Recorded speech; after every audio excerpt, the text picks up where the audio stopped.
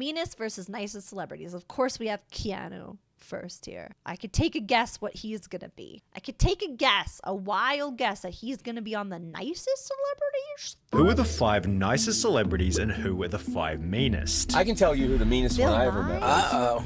Her name is Ellen DeGeneres. But while all the evidence points to Ellen being awful, Adam Sandler is always highlighted as being incredibly kind. Take for example the time he was refused a table at IHOP after the server failed to realize it was Adam Sandler asking. Embarrassed, the server shared the CCTV to TikTok, prompting Adam Sandler to meet with the waitress personally, while joking about the rejection by stating, "For the record, I only left the IHOP because the nice woman told me the all-you-can-eat deal didn't apply to the milkshakes," although fans were impressed for a slightly different reason. It's very humble of him to not assert that he's a celebrity. Yeah, it's nice that he wasn't like, "Do you know who I am, bitch?" Because, like, you know, people would absolutely do that. Or, like, lower the face mask and be like, "How about now? How about now, boo? Yo, kick somebody, like, those people over there in that booth, fucking take away their meal and literally make them spit the pancakes out of their mouths. Spit the pancakes out in their mouths right now. Kick them out because I need to sit the fuck down."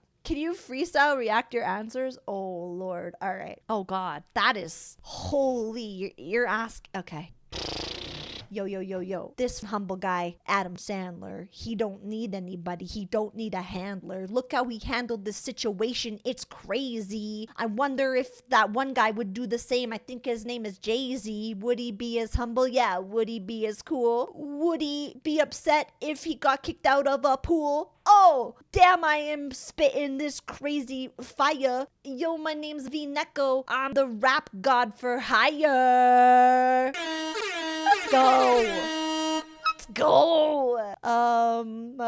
My grandmother was a waitress at a bar, and a famous Mets player, Lenny Dykstra, walked in. Is Lenny, you guys are gonna laugh at me, is he a Mets person? Oh, a famous Mets player, Lenny, you literally said it. Anyway, sorry.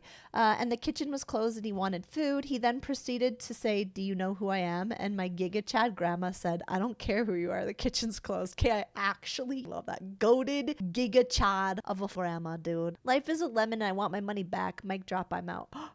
I don't even understand what that means. Boy, you ain't no Mac Miller. Maybe you could be Michael Jackson's Thriller. If you can dance, I don't know if that's true. Maybe you can get up and show us how to move. A beeba-doo-ba-doo. Okay, sorry. Celebrity and asked for special treatment. He acted just like a regular customer and didn't challenge anyone. I respect him for that. With his humble attitude extending to wedding photo bombs, and that time he randomly appeared for some chicken. Hi, guys. No way. No way.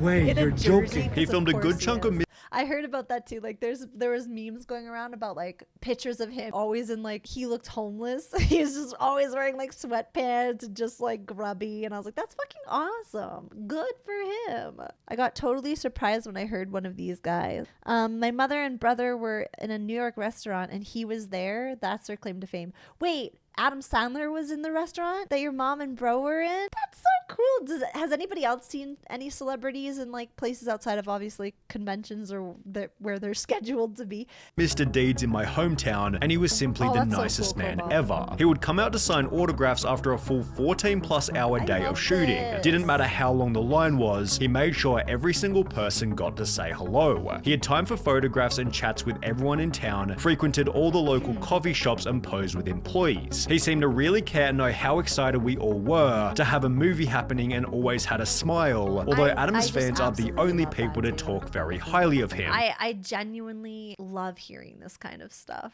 You guys love each other. Is that fair to say? For sure. Absolutely. Yeah. I hear each of you individually talking about the other in such fond terminology. Yeah. After Pete Davidson worked with Adam Sandler on Saturday Night Live, Pete went on to state he's just such a cool, nice guy. I can't explain how wonderful of a person he is. Just like caring and sweet and not full of crap, which is very rare to find. But while Adam Sandler's happy on-screen mood clearly extends to his personal life, Mike Myers from Austin Powers is apparently much different when the cameras aren't rolling. Twitter users expose Mike Myers as an absolute nightmare to work with. No, I didn't know anything about this. I knew about Adam Sandler. Not Shrek. Not our boy Shrek. My Canadian brother. Every Canadian's supposed to be nice. Oh no. Nathan Fillion was looking at TVs. Oh yes, of course. I don't want to dox you, but yeah, of course he would have. You saw him, like you were there that day. You were working that day. Jay-Z popped up to DJ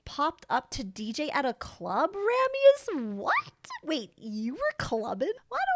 I can't picture Ramius clubbing. I was beside Ron Perlman on the bus at Heathrow to Terminal 5 a few years ago. He was sad and not in a good mood, so no asking for an autograph. Plus he's big. Wait, Ron Perlman. Who is this guy? Oh, this guy. What's a Hellboy? Yeah. He does seem like a big fucking guy. Like just his head alone. His head alone. Can't be trying to pop that head between your thighs. Squeeze it like a freaking watermelon. Beauty and the Beast. There was a live action Beauty and the Beast that looks terrifying. I'm not gonna lie. The Name of the Rose, never seen it, but it's got that guy that's okay with smacking women. Anyway, sorry, let's continue.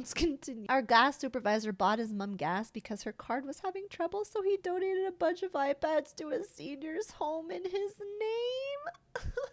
I fucking love Nathan Fillion so goddamn much. I love that man. If you haven't seen Firefly, you cannot be here.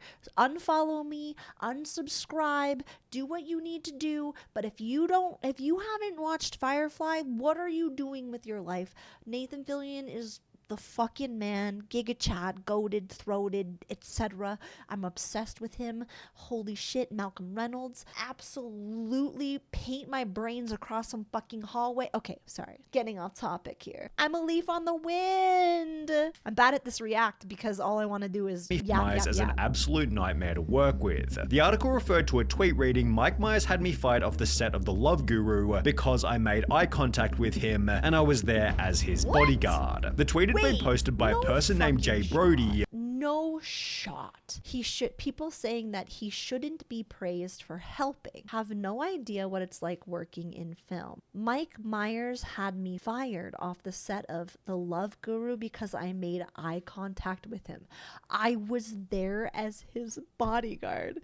Give Keanu roses. Oh, because reacted to Keanu Reeves helping John Wick production team move equipment. Yeah, this is the shit that bothers me. This literally happened recently when I talked about Taylor Swift giving $50,000 bonuses to all of the truck drivers that were on the team of one of her tour or whatever. She gave $50,000 bonuses to every single truck driver, and I was praising her for it, and I thought that was incredible. And some people were like, she's a billionaire. Everybody that's a billionaire is evil. Blah, blah, blah. She should be giving all that money to them. Shut the fuck up. Actually, shut the fuck up. Dude, the thing is, she doesn't have to do any of that. And so many of these celebrities don't do any of that. And they are fucking awful and evil. And they'll fire you because you made eye contact with them. Fuck off. Like, we need a little bit more love and understanding in this world. So if a celebrity does something that's out of the ordinary, yeah, praise them. Because it's so rare in that industry, dude. I'm getting all heated and shit. I am a Swiftie, but I would say this for anybody.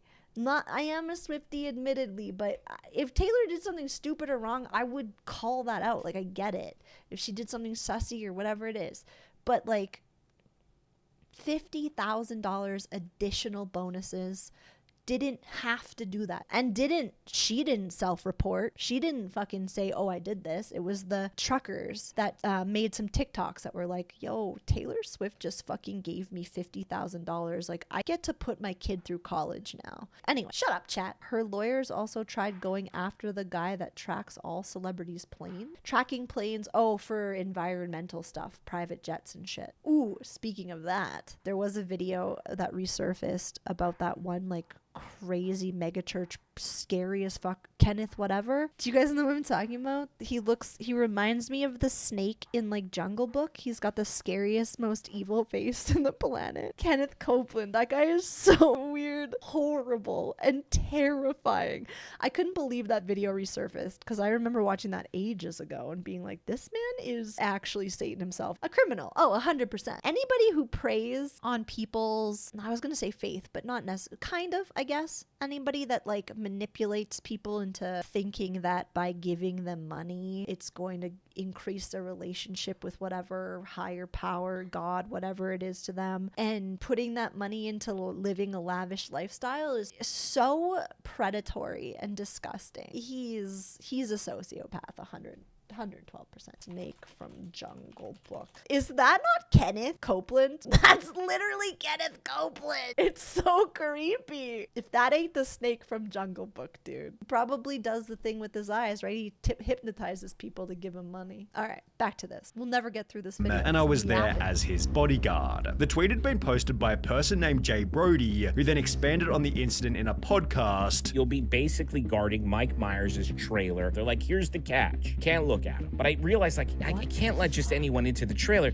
So I look up, I catch his eye for a second. I give him a nod to let him know I'm cool. And then I look away, and within an hour, I get a phone call letting me know that I'm fired and I have to get off set. Prompting others to give their own anecdotes about Mike Myers' terrible attitude. I was an extra in Love guru and remember being told we can't make eye contact with Mike. Because it's one thing to hear one person tell the story and, you know, be like, well, I was fired and this is what happened. But when more people jump on it, and you'll see the same thing had happened with Ellen DeGeneres, where more people backed up other people's statements, where they're like, yeah, I'm sure this fucking happened because she did this to me, and like a bunch of people jump on it. It's like, oh, okay, yeah, I can believe it. it could be one guy saying, hey, yeah, Mike Myers fired me because I looked at him, and maybe he did the guy actually did something sussy and is feeling real Sadge about it and was like, this is what happened. I'll blame the actor. But no, when more people jump on and are like, yeah, dude, I believe it because this happened. Attitude. I was an extra in Love guru and remember being told we can't make eye contact with Mike. When I tell people this, they don't believe me. Thanks for confirming. People always wonder why there weren't more Austin Powers movies, but never realize how many stories there are like this about him. Basically, no one wants to work with the guy, with one of these other stories coming from the set of The Cat in the Hat, where Mike's co-star Amy Hill stated his area was all covered with tenting because he didn't want anybody seeing him. It was so weird, it was just the worst. I was miserable. Hill also revealed how Diva Myers selfishly kept everyone waiting for hours, overruled the director, and even had someone standing by, just holding his personal chocolates in a dish.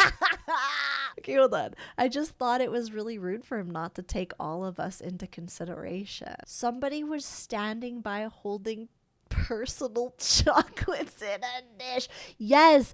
James Corden, I hope he's on there too. Yes, I've heard horror stories about that man. Bad Friends is hilarious. Dude, watch if you haven't. I think this is the second last one. It's called like Tasting Your Rainbow or something. They invited on an outside promoter for a show that he does in LA, and he is so funny. He's got the most insane nervous energy. He's a ball of nerves. Hold on. The ADD is strong. I didn't take my meds today, chat. No, fuck it. I'll show you guys. The Goop. Taste our rainbow. And you were still there, that you maybe wouldn't have survived. No. No, I'm too bougie for this tonight. Is so fucking funny. But it has to be sour. So you get high. Okay, He's not aggressive. I think you're. Possible. That's, you know, Okay. What's your favorite dinner to have? Yeah. it used to be barbecue, but I do like barbecue sauce. I You can love put this barbecue guy. sauce on salad and still, you know, get the. So you're putting barbecue sauce on romaine lettuce? Yeah. Oh yeah. There's fake. There's Beyond He's so Chicken. nervous. No, I love him. This Chicken would be me. Impossible. That sounds like a Chicken TV Impossible. show. It is Chicken Impossible. So do you know what you've ever had for dinner? Do you know what you've ever had? What have you had for dinner last night? What was dinner? Last night. Oh, I like. It's not what you like. What did you have? Do you know what you did?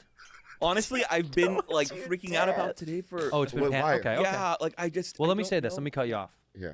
First of all, we love you to death. I think you're such no. you're a stand-up guy.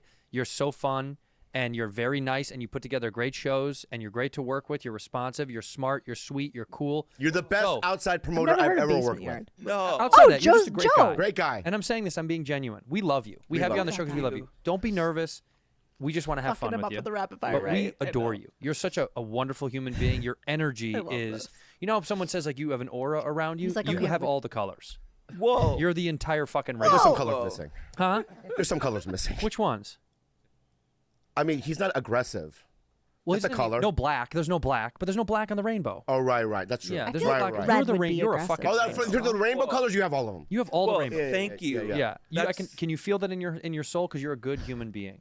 That's way Right too here kind in and way chat. too overwhelming. I made it worse somehow. No, I thought I was gonna make thank it easier. you. No. One of my favorite things to do ever is have an edible, and then I like to turn off the lights, and then I like to eat sour Skittles in the dark with my eyes closed. And sometimes I suck too hard, but like I have tasted the rainbow. And it's pretty awesome. Like, but then you have to know when to stop, because if not, you'll get cold sores in your mouth. But that's like my favorite thing to do. Banger after banger. Likes to eat a fucking edible. Shoves sour Skittles in his mouth in the dark. Why does it have to be in the dark? And then he eats too many and gets cold sores in his mouth. At first, I think he means canker sores. But holy, I love him. I love his energy. He's To do. And my anything could be favorite playing in the background. Taste the rainbow tonight. But it has to be sour. So you get high, you eat Skittles, you get cold sores. Yeah. And Yeah, suck if so you don't hard. stop. Like, if you don't stop. So You have to This know is when you to stop. tasting the rainbow. Yeah. It's So amazing. what do you mean don't stop? Well, crying. just a regular bag of I Skittles was is not that many crying Skittles. last No, but, night, like, 4 a.m. First, I watching started this. with the regular Skittles, which come in the mini bags, and then I started eating the whole sour Skittles. And then one day, I'm just like, it's still early. Let's do a second bag of Skittles. And then I woke up the next morning and I couldn't move my mouth, but it was too sore. So like, I couldn't even have water. I get it though. Know when to stop. God, Greg, how are you alive? taste the rainbow. How do you live? Let's do the new Oh my phrase. God. Hey, new phrase for Skittles. Yes. Taste the rainbow, know when to Know when stop. to No, stop. In moderation. In moderation. I love him so much, and we must protect him. We must protect this man with all of our power. The sour Skittles, it's so true. All of it's true. I believe him. And this reminded me, back in the day, Lil Violet would also like to get high, and her favorite candy ever was these Starburst sour jelly beans. Oh my God. I am one of those people that when I do get high, it is like, put the fucking food, hide the food. It's what I imagine like cows or like animals that like have like 8 stomachs and they just can eat and eat and eat and eat and eat. I literally like don't feel full. I can eat so much fucking food when I'm high, and I'll just go on forever and just eat everything. So I get this. But anyway, these Starburst sour jelly beans were the best thing in the whole entire fucking world. I found my high food was salted tortilla chips dusted with powdered sugar. What? Powdered sugar? You know what? That actually sounds great, because like sugar plus salt. It's like why fucking the what's it called? Sweet and salty, like popcorn kind of slaps. You get a little bit of both worlds together, mix those together. Oh my God, it is heaven. That is heaven in your mouth. Okay, anyway. Have to sour candy responsibly. Yeah. Wait, it gives cold sores. Noted. I think it's got to give canker sores, because cold sores is a virus that I don't think just appears after eating a candy. You know, that's herpes of the mouth. So I think they mean canker, because I definitely used to eat a lot of sour candies and stuff, and I get that. Like Sour Patch Kids, my mouth would be like fucking raw. Like wait, never mind. I was gonna, let's just say I fucked those candies raw all the time, and like, damn, my mouth hurts a lot afterward. Everything in moderation. Okay, well that was great. Anyways, 3 minutes into this video. It was just a horrible, nightmarish experience, although people have only ever said the opposite about Steve Buscemi. Buscemi worked as a New York firefighter before quitting to pursue acting, although when the Twin Towers were destroyed on September 11, Buscemi Steve Buscemi that passed away recently? That's who I'm thinking of, right? I need to shut up. quitting to pursue acting, although when the Twin Towers were destroyed on September 11, Buscemi walked into his old fire department to volunteer, working 12 hours a day for a week straight in the hopes of finding survivors. He called his old firehouse, then receiving no reply, headed to the site, where he found his former engine company. I asked if I could join them, he said, adding I could tell they were a little suspicious at first, but I worked with them that day. It was a privilege to be able to do it. It was great to connect with the firehouse I used to work He's still with, alive? and Who with some hell of the am I guys thinking of? He's still alive? Then who am I? Oh, Norm McDonald. to be able to do it. It was great to connect with the firehouse I used to work with and with some of the guys I worked alongside. Note, this was in 2001 after he was already extremely famous from movies such as Fargo, yet according to an independent article on his volunteer... Should I see that? I've never seen Fargo. Yeah, I watched some of the show with the Hobbit guy in it. Hearing, very few photographs and no interviews exist because he declined them. He wasn't there for publicity. Very as I worked alongside. Note, this was in 2001 after he was already extremely famous from movies such as Fargo, yet according to an independent article on his volunteering, very few photographs and no interviews exist because he declined them. He wasn't there for publicity. Wouldn't you think you were hallucinating if Steve Buscemi helped you out of the rubble? What a great humble guy, with a Reddit comment then offering a slightly more personal story. I used to serve him all the time and he never once was a diva. Always had a smile on his face, and I mean, I don't even think he once had a complicated order. He always ordered the most simple thing on the menu and always tipped 20+%, not to mention Buscemi gets extra credit for being close friends with Adam Sandler. However, it seems Jerry Seinfeld was left out. Okay, I've heard about Seinfeld. I've heard that he's not so nice. I've heard this. The party, given every clip of him I've seen outside of his shows, is just him being an unlikable douche with an ego the size of a small country. This sentiment began with a Larry King interview from 2007. I went off the air. I was the #1 show on television, Larry. Do you know who I am? 75 million viewers. Last episode. What? You don't take it so bad. Well, that's the big difference between being canceled and being #1. Okay, I'm sorry. B-movie opens. Can we get a resume in here for me? B-movie opens tomorrow. Although this attitude extends into other moments like the holy, at first it's like I need to see like a longer clip and like the context, because at first like the first thing he says, it's like like if Larry started laughing or they were like it was goofs, different story. But the fact that he keeps going and Larry's like, Jesus, like Larry's literally like, fucking relax, bro. And he just keeps going and he's literally like worked up about it is crazy. What?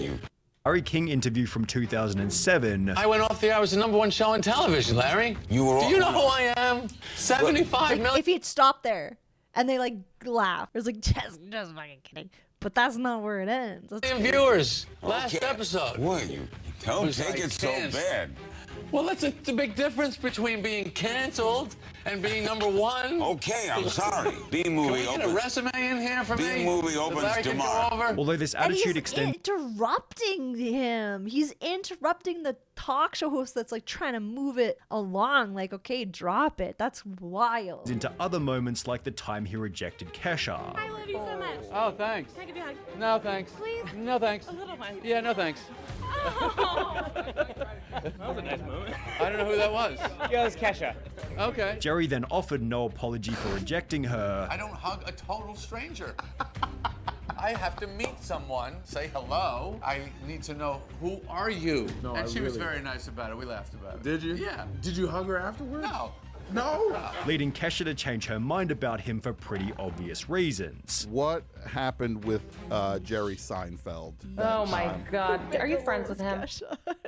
No hug is fair, for sure. But okay. No hug, I guess. Give her a fucking handshake. Even if you don't know who she is. Because you know the public's gonna lose their mind when they see that. Like, but thank you. There is such better tact. You don't have to hug her. Be like, you know what? Not much of a hugger, but thank you so much for like being a fan of mine or something, right? How hard is that to do? Yeah, I guess also in the middle of an interview. That's fair. He is in the middle of an interview talking. That's very fair. That particular incident versus like him on Larry King, definitely a little bit more understanding. But again, be like, oh, you know what? I'm just in the middle of an interview. Thank you for being a fan. Not much of a hugger, but I appreciate it. Move on. I am not. Okay, we're good. It was like the saddest moment of my life. Jerry also has a reputation for destroying the paparazzi. And yeah, the wordplay is like a bomb. I'm sure comics go through all the time. Another very weak question. And after Lady Gaga was moved to his luxury basketball box for acting rudely at a game, he had this to say. This woman's a jerk. I hate her. I can't believe they put her in my box, which I paid for. This is what you give people the finger and you get upgraded? Is that the world we're living in now? Hysterical. I love him. Jerry Seinfeld's meanness definitely has a charisma to it. However, I mean, saying that he hates her, like you're kind of digging yourself a hole, but that one so what did she do? She fingered the camera or something. This woman's a jerk. I hate her. I say I can't believe they put her in my box, which I paid for. This is what you give people the finger and you get upgraded. Is that the world we're living now? I mean, kind of whatever. I mean, Hysterical. I love him. Jerry Seinfeld's meanness definitely has a charisma to it. However, if you're wanting a more humble type of charisma, then we have to talk about Post Malone. With entire compilations dedicated to him treating other people kindly, there are almost too many wholesome moments to choose from. Did you draw this? This is awesome. he's like so fucked up all the time. Thank you. There was that time he went out of his way to greet a 21-year-old having his first beer, or that time he gave his $5,000 guitar to a fan after a concert. You want a guitar? Yes. It's like a $5,000 guitar, so you have to promise me. You gotta promise me that you're gonna take care of it and play it. Okay? Post Malone treats paparazzi in the opposite way to Jerry Seinfeld. Boss, I want you to know that I really like your music. Thank you so much, man. Thank you so much. Yeah, That means definitely. a lot to me. Can you say hello to Nico? Hi, Nicole. Love you guys. And when this fan somehow made it past security, Post Malone hugs the guy and treats him respectfully before he's taken off the stage. In a different instance, Post Malone let a fan come on stage to play the guitar part in Stay, and it's therefore no surprise that fans have told anecdotal stories such as, someone in a similar thread said Post moved into his brother's street and went and introduced himself to all his new neighbors and invited them for a barbecue. Genuinely sounds like an awesome guy. I believe this 100%. And He had a party at an don't Airbnb. fucking tell me. Be like, oh, you're just putting a celebrity on a pedestal because he's just being a normal human. Fuck you and fuck that. That is every place that I've moved to, and I've been to a lot of fucking places. I don't even know what my neighbors look like. No one. Not true. When I was young, really young, I moved with my parents on a street, and the lady across the street baked us a pie and brought it over, introduced herself. That was the last time ever that anyone on the street, anywhere I've moved to, has introduced themselves and been nice human beings. So don't be like, you're just putting a celebrity on a pedestal because they're just doing things that everybody should do anyway. Well, yeah, everybody should do shit like this, but nobody does. It's rare. So when you do have a celebrity who does, like, doing any of this stuff is kind of dangerous. You saw that guy jump on the stage. You've seen stuff like that happen before where the performer actually gets hurt, or like you get shot, like Lennon. They're putting themselves out there. But they're like, this is genuinely sweet, and nobody does this. Barely anybody does this. Normalize celebrities being normal humans. Yeah, because if I saw somebody if somebody did that wasn't a celebrity came to my house and was like, hey, I'm your neighbor, I live across the street, like having a barbecue, if you want to come hang out, be really cool, I would be just as like impressed and happy that happened, because again, it is so rare that shit doesn't happen. Anyway, whatever. I'm going on a Genuinely sounds like an awesome you guy. guys get I my believe point. this 100%. He had a party in an Airbnb or something a few houses down from my group's Airbnb, and he legit went around the cul-de-sac himself inviting everyone to the party. He also spent the entire night moving between groups, chatting and generally being a phenomenal host and ensuring everyone had a blast. 10 out of 10 dude. But while nobody has anything negative to say about Post Malone, it seems nobody has anything positive to say. Oh no.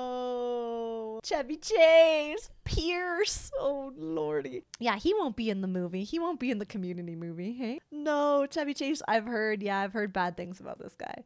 Remember when Pete Davidson praised Adam Sandler earlier in the video? Well, Pete had the opposite to say about Chevy Chase, stating, he's a fucking douchebag, I hate that dude. He's just a genuinely bad racist person and I don't like him. Whoa. Chevy Chase was fired from Community after calling Donald Glover the N-word, not to mention before the firing, Chase was— I had no idea that's why he was fired. I heard that he was very much his character in Community. I didn't know he was throwing N-bombs. Like, that's crazy. Was fired from Community after calling Donald Glover the N-word, not to mention before the firing, Chase was simply difficult to work with. He was someone that did not want to be there for the hours that we were keeping. He sometimes could be in not great moods. Earlier in his career, Chevy Chase had gotten into a fist fight with Bill Murray, and while interviewing Robert Downey Jr., Chase stated, "Didn't your father used to be a successful director? Whatever happened to him? Boy, he sure died, you know, he sure went to hell." It's therefore no surprise that even Will Ferrell stated, "The worst host was Chevy Chase." Yet Chevy Chase foolishly claims that all criticism is just jealousy. Did you just say that writers writing anything negative is jealousy? Yeah, I did. What kind of jealousy? I'm funnier than them? Yeah, I guess maybe. I'm considered good looking? Yeah, there you have it. It seems Chevy Chase needs a lesson on This fucking thumb for a face, egghead mother, what? Considered good looking? This guy, Delulu, bro, narcissism. What? Writers writing anything negative is jealousy? Yeah, I did. What kind of jealousy? I'm funnier than them? Yeah, I guess maybe. I'm considered good looking? Yeah, there you have it. It seems Chevy sun-spotted, freaking balding. Oh, bro, in what world? I can find beauty in a lot. Like, I can find beauty and looks in many, many people. Okay, that might not be considered. You sit on a throne of lies. That might not be considered conventionally good looking by the book, you know? But this guy, hard to find anything good looking on this man. Chase needs a lesson on humility, and who better to teach it than Shaquille O'Neal? Gotta humble yourself. It's all about humility. And that's why I am where I am now. I humbled myself. I don't look down on people because they're lesser. Back in 2011, Shaq had hit rock bottom. He'd retired from basketball, divorced from his wife, and had no idea where his life was going next. I was lost. 76,000 square foot house by yourself. No kids. Go to the gym. Nobody's playing in the gym. You go to the room. Nobody's there. It was during... That's me. We were talking about if I became a millionaire. And then Apollo was like, you'd still be alone. This would be me.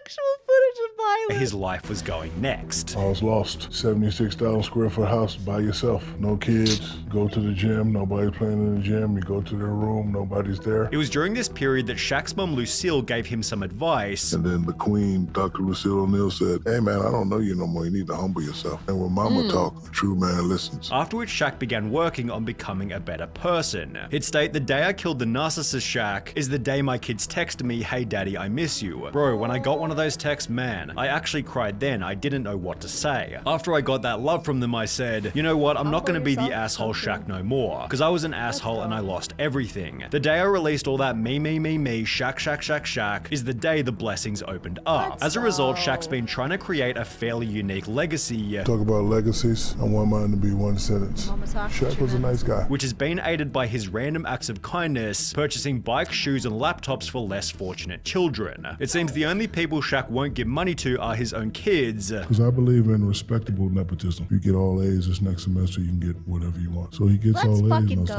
go to the dealership and pick one. Then I get a call from Tesla. I said, man, you better take your ass across the street to Honda. But while Shaq is an obvious choice as a nice celebrity, someone you might not expect to be rude is Bill Nye the Science Guy. I met Bill Nye as a kid and he was the biggest asshole I've ever met. It was a huge letdown after watching his show so often in class. My science teacher from 7th grade told us she had an explanation for why— Not Bill Nye, not the science guy, not the guy who, when you had a fucking substitute teacher and you saw those wheels, you saw those 4 wheels rolling in with the TV on it, you'd be like, fucking let's go, it's gonna be Bill Nye Day, baby! So exciting! And then this? Really? Oh no. Oh no. She tried to show us as few Bill Nye videos as possible. I believe she said she attended either a science workshop or an event for teachers where Bill Nye was there, and he was completely rude to her and dismissed her the whole time. Bill's dark side becomes pretty obvious when he debates other scientists. However, it seems he becomes the meanest when talking to his most popular demographic, kids. Bill Nye came to visit my university. I was sorely disappointed. Bill Nye relied on sexist jokes to relate to to the crowd. He kept complimenting women's legs and saying weird stuff about how sexy women are. He was trying to be relatable, but was sorely mistaken as he faced a crowd of driven female engineers and scientists. He went on about climate change and basically insinuated that we could be the policy changers while the real scientists did the real work. I couldn't believe how much my views of him were falling apart as I watched him pander to students he clearly didn't care about. I later heard that he wouldn't speak with students, only professors, with this anecdote following the very common theme of Bill Nye was my hero until I heard him talk. Although thankfully Keanu Reeves is the The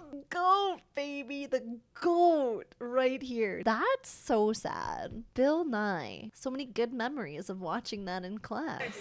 And actually being... You're breathtaking.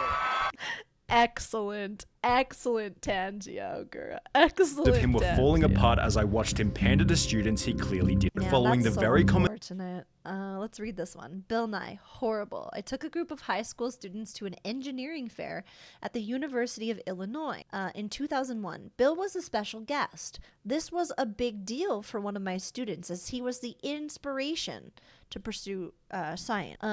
My student made a t-shirt that she wanted to get signed by him if she got the chance. We drove 4 hours to get there, walked around and viewed the projects that were on display, and watched some battle bot competitions. On our last walkthrough, here comes Bill down the hallway. I nudged my student to go ask for an autograph. She told him that he was a huge inspiration and asked if he would sign her shirt. He said that he did not appreciate that she was interrupting his walk.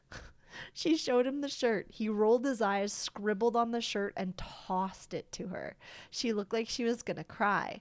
Instead, she walked over to a garbage can and threw it away. He said, whatever, and went back to looking at the projects.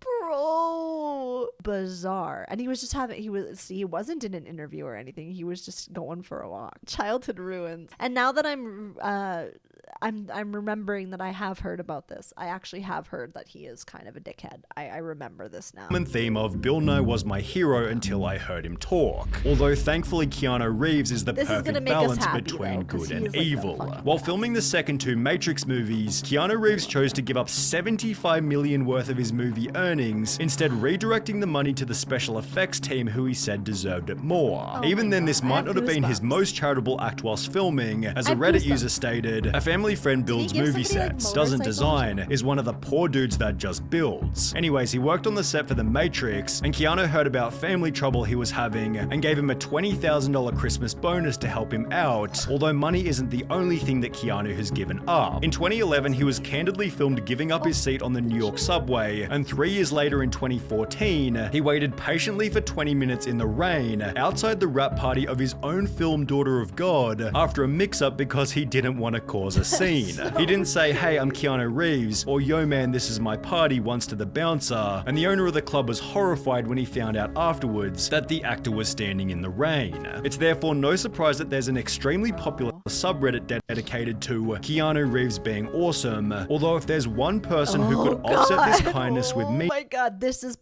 is corn to me.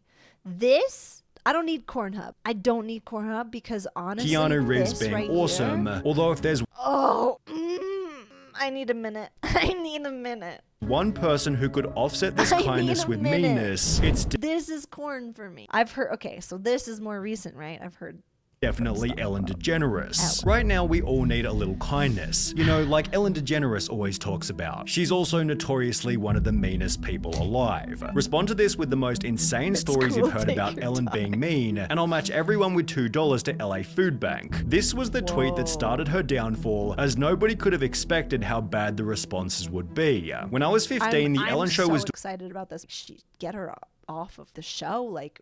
as nobody could have expected how bad the responses would be. When I was 15, the Ellen Show was doing a contest of fans making a bust of her and sending it to her. I worked so hard on this and even wrote her a letter. Weeks later, she used it as a prop in a game and gave it away to a random person with $500 attached to the bottom. Working for her, I was instructed that I can't look her in the eye. That's kind of crazy. Like, now I would say you could say that this could be a thing that happens if she was like, you know what, this was given to me by a fan and it's really, really cool and I just want to pass it on, you know, I want to give it to another big fan and you're that fan and whatever. Like, you could have been like, give this woman credit, you know, like give this woman credit. This was part of a contest, but you know, it's really, really cool. And I want to share it again and then like prop it up, show it to the audience. Be like, I want to share it again. And you know what? I hope this girl doesn't mind, but I do want to pass it on to you. You know what I mean? Yeah. Give a little shout out. That's fucked. She probably didn't even remember that it was like a contest. $500. Probably wasn't even attached to the contest. Attached to the bottom. Working for her, I was instructed that I can't look her in the eye and never ever say hi to her first. Right? But don't worry, she definitely won't be. What is that? What psychological thing is that? Don't look at me in the eye because I am I'm God. The ego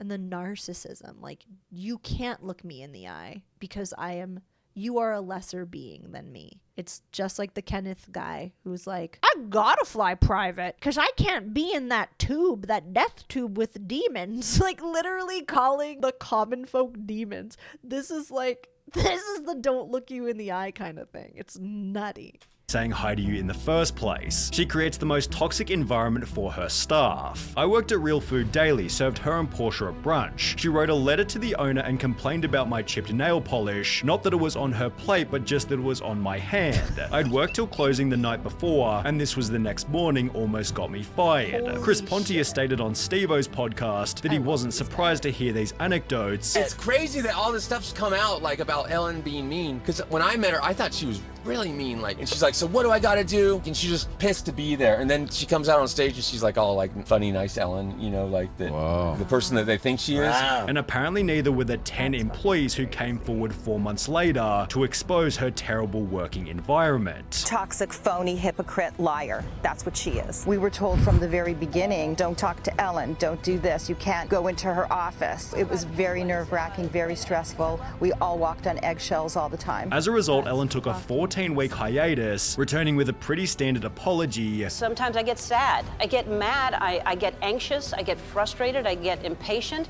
and I am working on all of that. However, this failed to ensure a returning audience, as in May 2022, Ellen's show was cancelled completely. Wait, it was? Whoa, that ended so abruptly! What the hell? Oh my god, I feel like I've edged. I didn't actually... Huh? Why is it over? Is there a part 2? That ended so abruptly, dude. So I thought the show was still going. Oh. Final episode aired on. I thought it was still going. So my apologies, misinformation. So that's nice, at least. Thank God. Yes. Hey everybody, we're all beaches at Amorite Bros. Let's see some tatas and some dump trucks. Anyways, I heard some people have been talking crap about the NYE con, and I just want to set the record straight. They were just some low IQ mouth breathers that couldn't understand my jokes and kept trying to talk to me when I was speaking to my equals. Not my fault. They couldn't wait 10 seconds for an autograph anyhow. Peace out, bras.